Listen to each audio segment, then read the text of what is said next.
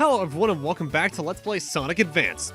In the last we went through the last two zones, Ice Mountain and Casino Paradise with Amy and Knuckles respectively, though the zones were in the opposite order, and now we're back on Angel Island with Sonic.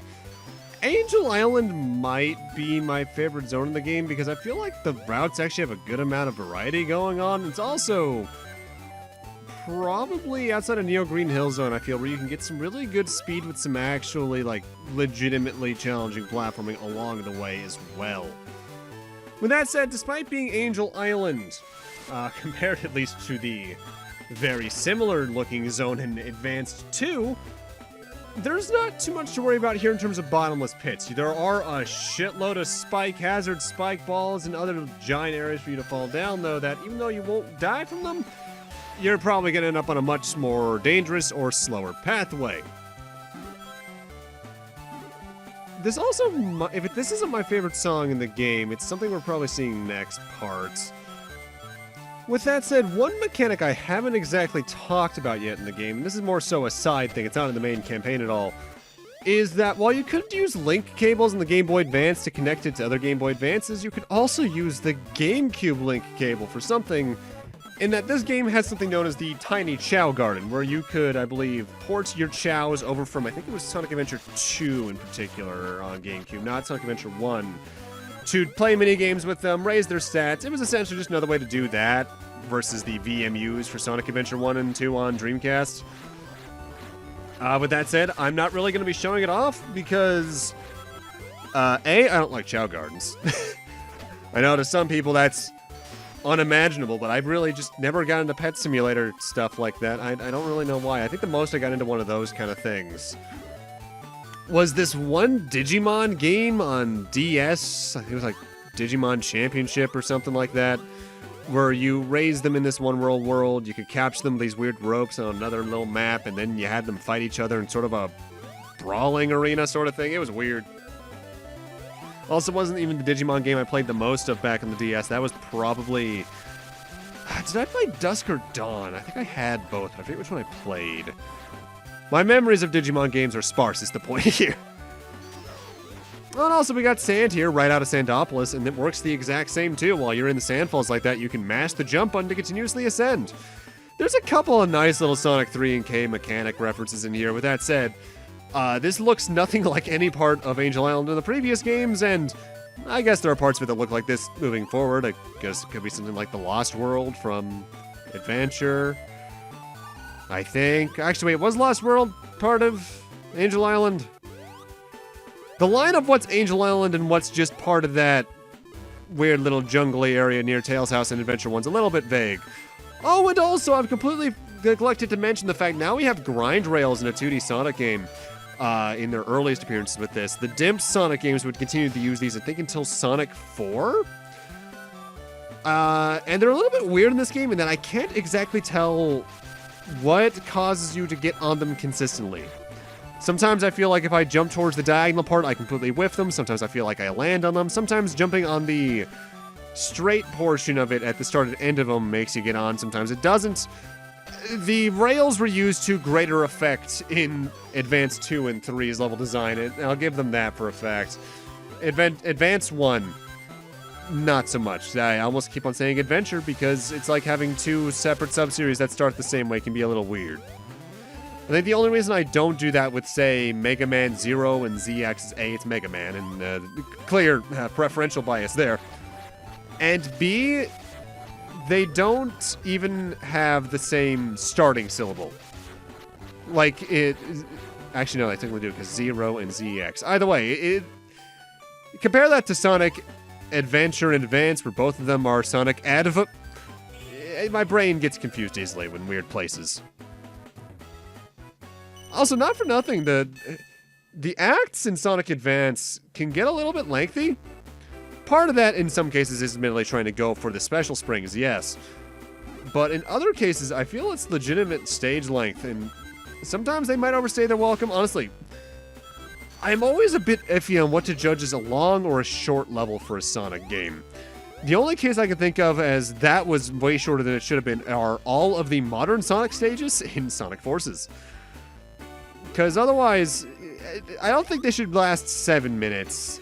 Even the 4.5 that was is probably maybe overstaying it a little bit.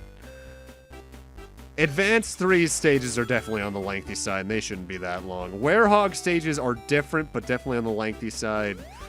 I feel like the hot spot might be 2.5 to 3.5 minutes on a fresh playthrough. Maybe if you know the level design well enough, maybe 1.5 to 2 minutes if you're super good at keeping the speed up. I feel like I've had that exact same conversation with myself in another Sonic LP, and I don't know if that was even in a recent one. Sometimes I revisit topics that I've talked about before, and it's less because I'm forgetful, and more so because either it's been years since I last brought it up, or I'm just being an idiot. I love that face on Sonic, by the way. That's funny.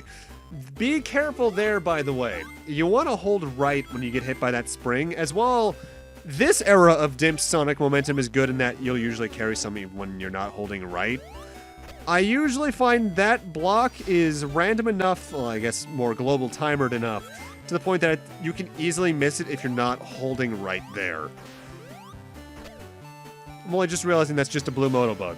Huh. Now, I want to deliberately take the top path here because the special spring for Angel Island is along this particular pathway. And it's one of the more out-of-the-way ones.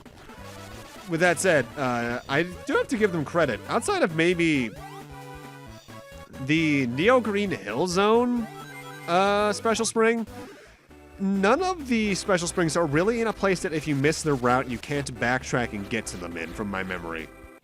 Usually it's a fact of, okay, I'll just go back here and try and get the higher route. I messed up, so now I have to go back down and around, but still, I can go back down and around. Only really Neo Green Hill is in a case of, if you miss the jumps to get to the platforms to get to where the first spring is, you have to start the act over, be it through the save screen or otherwise.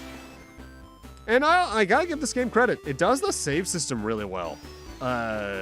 Because each character has their own separate save file, technically. But it's all part of the same joint save file. It's kind of like Sonic Adventure, actually, now that I think about it. And thankfully, to reach the ending, the true ending, you only have to get the 7 Chaos Emeralds with one of the characters. Later games would not do this. I'm looking at Advance 2 with a really bad stink eye right now. God, Advance 2 has problems. With that said, now we're in Special Stage 6, and this is where they start to get a little bit tight in terms of the ring requirements. Not so tight that you'll be on it for hours, but you're gonna start pulling it a little bit closer, because they also start putting the rings in either riskier or harder to grab them all locations, like these sets of 8 where you have to be in the middle and spin. Sometimes you have to dash between sets of bombs. They start getting a little bit prickly with their places, so to speak. I've talked about the depth perception issues I have with this particular special stages, but honestly, the only times it's really consistent for me by the later ones are usually when you have to follow a trail of rings that's, say, going from left to right or bottom left to top right, something like that, because then where your sprite is can be a little bit harder to judge. Usually the other rings, as long as you have a general idea, you'll grab the entire set just because you don't have to move for them. But things like this, it can be a little bit hard to judge. Which is why they're spammed to all hell in the later stages, I suppose. The timing to get the nice technique bonus for that, well, I think it's like, what, 5 to 15 rings, I wasn't paying attention, is a little bit specific. You have to do it as soon as you hear the start of the sound effect of you entering it, the little blump sound effects. If you do it too early or too late, you get nothing. And as you can see, hold that a little close. And it only gets stricter from there. I'm trying to think, though, what is probably the most strict special stages in the Sonic game? The Heroes ones can be a little bit strict in timing, but it's mostly just Special Stage 3 in that game from memory. No, Shadow doesn't have special stages. It's one of the few good things that game did. 06 doesn't, thankfully. Special stages actually kind of disappeared for a little bit outside of the mobile scene, the handheld scene, now that I think about it. Thoughts for later. Oh, also, I probably should have mentioned this sooner.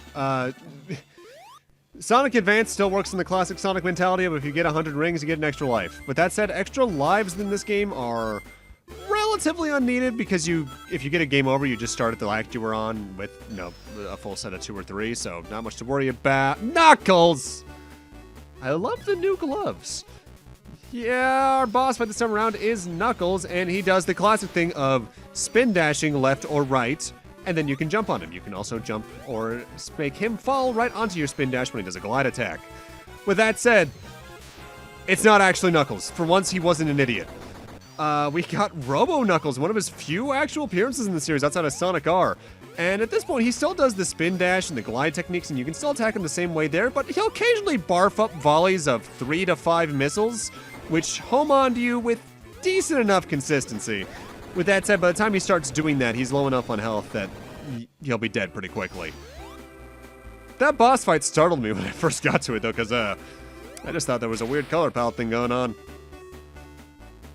And that's Angel Island. It's pretty straightforward. Nice boss fight. But now we're on to probably the hardest stage in the game. Egg Rocket Zone, and this one works a little bit atypically for the game. I can't move forward right now because we're locked in the cutscene. Keep your eye on the timer real quick here. This stage works a bit differently in that compared to other stages in the game where you have 10 minutes before you die of automatic time over, in this stage, you have 5 minutes at a time to reach very specific checkpoints in the level, otherwise you die. It's a cool concept, but I gotta say, this is probably one of the strictest levels in the game for any given character because some of the routes you need to take are either obscure enough or just out of the way enough that navigating it can be pretty hard. It's also probably the longest act in the game, too, from memory, because I think because of this unique timer, they're able to go over the 10 minutes. So, yeah, watch out. I imagine if I had played this game when I was a kid, I probably would have gotten through most of it relatively safely compared to Sonic Advance 2 and 3 with their oddities. This is probably where I would have gotten stuck because the time limit would have freaked me out and made me get super stressed and overwhelmed and oh god, I'm turning into a character from Fargo, eh? Also you saw it there for a second, very weird graphical quirk with the game. You can stand on top of the diagonal springs and they won't automatically go off. I don't think you could do that in the Genesis games. I think they programmed the hitboxes to activate if you were on top of them too. But no, in this you have to specifically be more towards the center of the spring, and it's a little bit odd, I'm not gonna lie. Tails definitely has the easiest time across the entire game because of stages like this, because there's a lot of vertical structure in this game, and being able to fly really does help. Knuckles' gliding can help as well, even Amy's hammer jump. Amy just has the nerf of not being able to jump nearly as high.